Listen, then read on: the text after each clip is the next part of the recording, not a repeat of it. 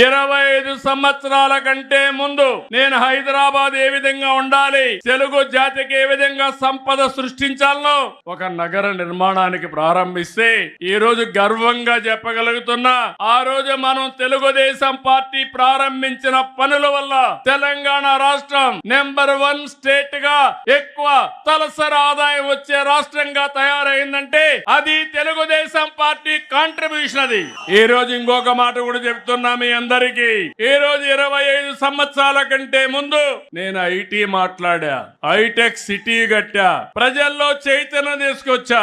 అప్పుడు నన్ను నమ్మలేదు, కానీ ఈ రోజు మీరు చూస్తే మీ ఊర్లో ఎంతమంది ప్రపంచంలో వేరే దేశాల్లో ఉన్నారో చూస్తే దానికి దోహదం చేసిన పార్టీ తెలుగుదేశం పార్టీ. అది సాధించిన జెండా తెలుగుదేశం పార్టీ జెండా.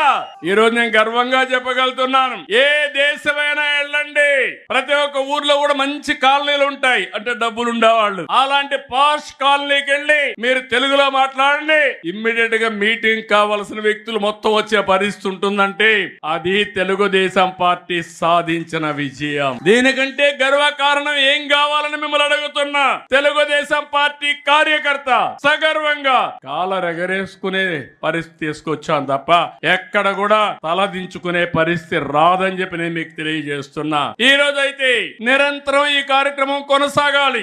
ఎవరైతే ఆలోచించడం ఆపేస్తారో లేకపోతే తెలుసుకోవడం ఆపేస్తారో వాళ్ళు అక్కడి నుంచి పతనం అవుతా ఉంటారు, వ్యక్తులు గాని వ్యవస్థలు గాని.